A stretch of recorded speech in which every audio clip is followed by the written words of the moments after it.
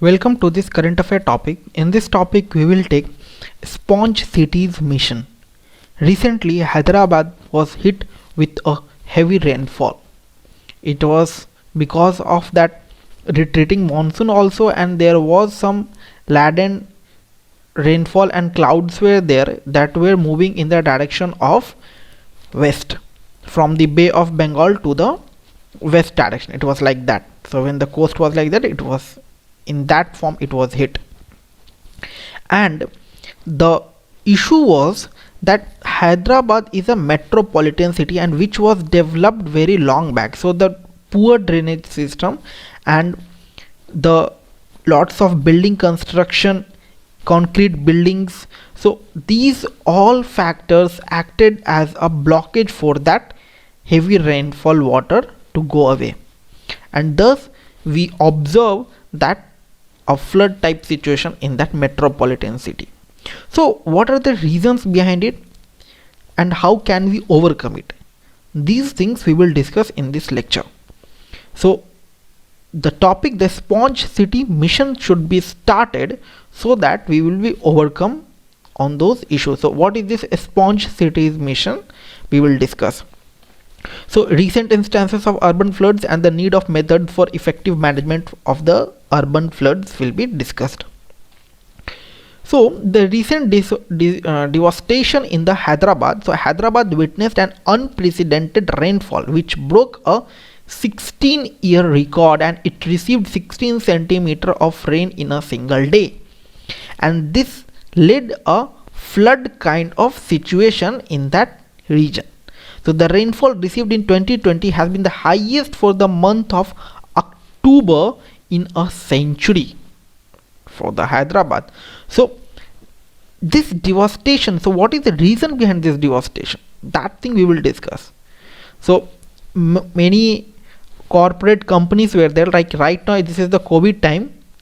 So in this time most of the employees are working from home, but the buildings of Infosys, Wipro, TCS, all were completely submerged. Their ground level floors were in the water. So just think that these top companies had that situation. So what will happen, what had happened to the local people, local areas? Okay, moving ahead. So what are the issues? So the constant unwavering attention to the rainfall levels drew the attention away from the inability to manage the city drainage system. That the rainfall levels are decreasing, sometimes increasing, but this type of rainfall was not seen in a century, and this led a blockage of the drainage system. Even further, you have plastics, many non-biodegradable waste you are using, so in the metropolitan cities and all.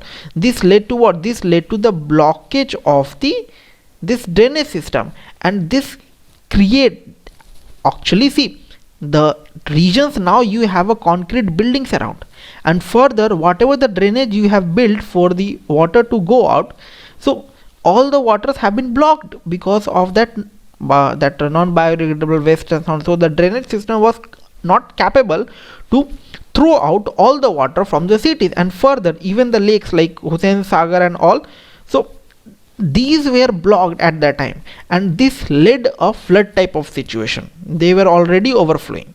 So the flood occurred because the water was not discharged in time, and when the water was discharged, it was done in a sudden uncontrolled manner. And Hyderabad has a century old drainage system. It is not something modern one. So it has a drainage system of the Hyderabad is also very old. So it was developed around 1920, so which covers only a small part of the core city. In the last 20 years the city has grown at least 4 times. Okay, its original built up area, it means like earlier it was trees were there, buildings were less. So what happened when these buildings are less, you have a grass, you have a trees, these things will be occurring as a sponge kind of situation. So they will be able to, if the grass is there, if the trees are there, it will absorb the water, it will retain the water, and this will help in recharging the ground level water also. And now what happened, the buildings are there, concrete buildings are standing there, so there is no chance of absorbing the water to the ground, because you have a concrete building. The roads are there, roads are also concrete, so ultimately the only option left with the water is to flow. And the amount of rainfall that happened, that creates a abundant amount of collection of water at one place, and this led a creation of flood. Okay, so issues of incremental land use change, particularly of these common people which will provide necessary ecological support, wetlands are neglected. That is the reason, neglection of wetland, these cause that kind of situation. So what is the way forward to tackle with this flood? So the risk is going to increase year after year with the changing rainfall patterns and problem of urban terrain which is incapable of absorbing, holding and discharging water. So we have to, whatever the development, coming development will come, that already we have destroyed that place. Now further, if the new development is going to take place, we have to take care of all the situations, like if the rainfall will occur, so what capacity that place is going to take if you if the amount of rainfall is very high. Earlier we had a playground, now you lost the playground because there is a building there, and because of that now the rain water is not getting absorbed. Okay, so there is a need of a start paying attention to the management of our wetlands by involving local communities, people with the traditional right of fishing and farmings. Okay, these things we can think for the conservation of our land acting as a wetland kind of things. This will help in retention, this will help in absorbing of the rainwater, checking of the rainwater. Okay, so the participation of civil society and the organization, like see, whatever the development you will do, whatever the checks and balances will be taken, in each case you have to involve, to whom you have to involve these local communities, because ultimately these local communities are going to live. Okay, so the urban floods of this scale cannot be contained by the municipal authorities alone, nor they can be dealt with the state government. People have to involve themselves. Okay, they cannot be managed without the concerted and the focused investment of energy and the resources. Like we should have a separate focused plan, like especially with related to this flood only. Like similarly, like we have a building structure, we have a map of any buildings, like before construction we have all the ideas like what the structure of the buildings will look like. And similarly, when you are developing something, you have to take care for the ecological also, water retention capacity, how the rainwater will go, your construction, how your construction will hamper the rainwater absorption. These things you have to be focused. So that's what it is saying, that we should be have a focused investment. If the investment will come, like let us suppose we need some land that will act as a lake and that will help in the absorption of water and that will help in recharging of the groundwater. In that case we should have a focused investment of energy and resources. Such investment can only be done in a mission mode organization. It should not be like that randomly we are just now we will do it and after that we will leave it. No, it should be like mission mode, like everything should be pre-planned. What are the steps required, how many people will be required, what are the investment will be required, how many salary, how many people will be there and how much they will be paid, from where the workers will be hired. These kind of things are needed. So that's what it is mentioned, that mission mode organization is required while the active participation of the civil society organization at the metropolitan scale. Okay, so that's what there is a demand of Sponge Cities mission, that this mission will mitigate the flood risk and provide a pathway to the water security. This will help in checking the floods and this will provide a way for water security, like in the recharging of the groundwater or the rainwater harvesting kind of things. The idea of a sponge city is to make cities more permeable, more transferable, so as to hold and use the water which falls upon it. Like if the rainwater is coming, store it, reharvest it. Like suppose if you have a separate tank, if you have Let us suppose this is your house, and if you have a separate tank beneath the ground, what will happen? If the rainwater will come, most of the water will be stored in this tank. Similarly, let us suppose there are 100 houses. So what happened? Let us suppose the size of this tank is about 10 liter. Size of this tank will be, let us suppose, 100 liter. Similarly, all these houses will have 100-liter tanks. So what will happen? How much water will be hold? 10,000 liters of water will be hold of that place. It means what?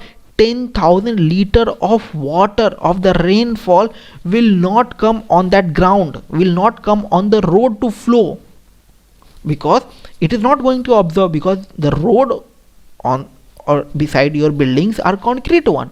So what happened? This is not going to absorb. Ultimately, on the next day, due to the evaporation, that water will be evaporate or just use it water. See, 10,000 water only if the house is there. 100 houses will have if 100-liter capacity, or let us suppose even if less capacity also, 50 liters capacity also, it means like around 50,000 liters of water will be there. So that 5,000 liters of water will be there. That kind of situation I'm telling, just I'm giving an example. Okay, that if it is, even if you are able to take that, you will have a 5,000 liters of water will be hold. Okay, that's what I'm trying to explain. So there must be another solution, there must be another way for harvesting. Rainwater harvestation should be encouraged. Sponge cities absorb the rainwater, which is then naturally filtered by the soil and allowed to reach the urban aquifers. Aquifers means all the water areas, all the rivers, lakes, these all will come under this. Okay, so this allows for the extraction of water from the ground through urban or peri-urban wells, and this water can be treated easily and used for city water supply also, if we are able to absorb those things. So that's what it is trying to say, that we should have a sponge cities mission that will help in retention, capturing of those water. It means, sponge means what? A sponge means skewing. If there is some material that if you skew water that is absorbed, the water will come out. That absorption of water, that is some cotton, like cotton is your sponge. Okay, that kind of things we want. If you plant more trees, that those trees will absorb the water. Okay, that will help in checking the water, that will help in absorbing the water to the ground level, and it will help in recharging the ground level. Okay, so this implies contiguous open grid space, interconnected waterways, channels and ponds across neighborhoods that can naturally detain and filter water. It implies support for urban ecosystem, biodiversity and newer cultural and recreational opportunities. Like it will help in also that support your urban ecosystem. Like urban ecosystem is what? It's concrete based ecosystem. So if you have a sponge cities type of mission, harvesting missions kind of thing, this will help your urban ecosystem too. These can be delivered effectively through an urban mission along the lines of like Atal Mission and Rejuvenation and Urban Transformation schemes. We have then Hriday schemes, that is National Heritage City Development and Augmentation Yojana, and Smart Cities Mission. So these should be delivered effectively. Like we have lots of schemes, we have lots of programs, but the implementation of that program should be done efficiently, effectively, by taking care of all those factors. Okay, so the cities must be rebuilt such that they have the sponginess to absorb. Right now already we have metropolitan cities. If it is possible, we should rebuild those cities, because those cities are old, lots of old. It is pre-colonial era, so the drainage system are very old. All those systems are very old. Ultimately, who is going to be affected? Peoples are going to be affected if these kind of floods are happening. Lives of the people, livelihood of the people, animals are going to be affected. So that's what it is trying to say, that we should start rebuilding the cities and all, and release water without causing so much misery and so much damage to the most vulnerable to our citizens. Okay, that's what we required: watersheds and terrain alteration. Even if we are going to change the existing terrain, that care should be taken.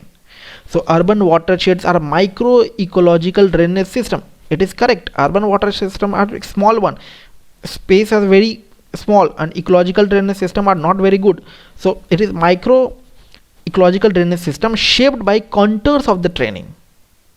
terrains. Okay, it's like contours of the terrain kind of things.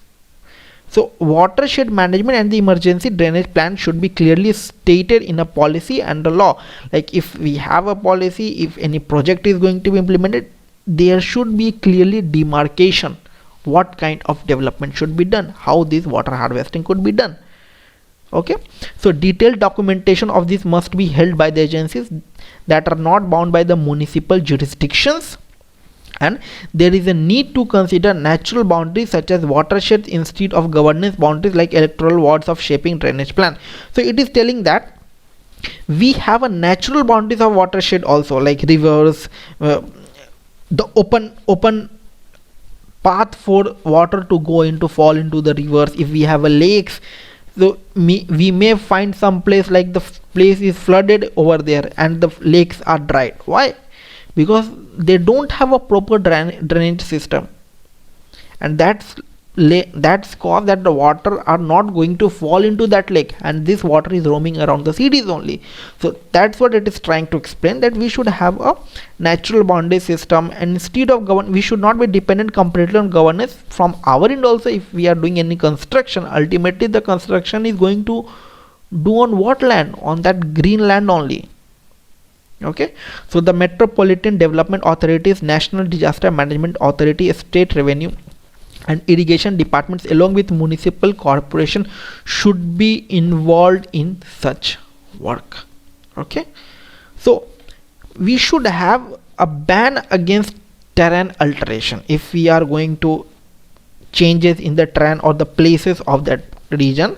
Like if there, like currently this place is a land, green land, and we are going to do such developments, so there must be a ban imposed on those such kind of development where we are going to affect our ecological balance, because ultimately that concrete based structure will cause a situation like flood that we have seen in Hyderabad this time. So lasting irreversible damage has already been done in the cities by the builders, property owners and the public agency by flattening terrain and the altering drainage routes, and the terrain alteration need to be strictly regulated, and a ban on further alteration of the terrain needs to be introduced. These things are taken, like see whatever things right now I have talked, I have explained, it is like these required actions are to be done. So if you get any essay to write or anything, any questions related to how you can do or checks of the flood kind of situation, you can mention those things. Like we can build watershed, we can have a sponge cities kind of missions. Yes, we are moving ahead a smart city, but a smart cities should be based upon the sponge cities. That sponge cities, like they should have a water absorbing capacity, so these things will help in absorbing our that land, absorbing our recharging of our groundwater. So these things are important. If you write those things in the answer, you will get more marks. Okay, so encouraging new materials and the technologies. So because of increasing built up and with the usage of hard and the non-porous construction material that makes the soil impervious, that what your soil is unable to absorb the water. Concrete structure is there, soil is below, it is unable to absorb the water. So that is what that makes the soil impervious. Water absorption is becoming increasingly very difficult. So to improve the city's capacity to absorb the water, new porous materials and technologies must be encouraged to mandate the cross level. There should be some materials, encourage that material, that we can develop those type of roads that can absorb the rainwater and all. So that kind of material should be introduced. Example of these technologies are bioswales, retention system, permeable metal for roads and pavement. Same thing I have explained, that concrete roads, on the base of avoid concrete road, use the permeable materials that can help in absorbing the rainwater. Drainage system that allows storm water to trickle into the ground so that your groundwater will be recharged.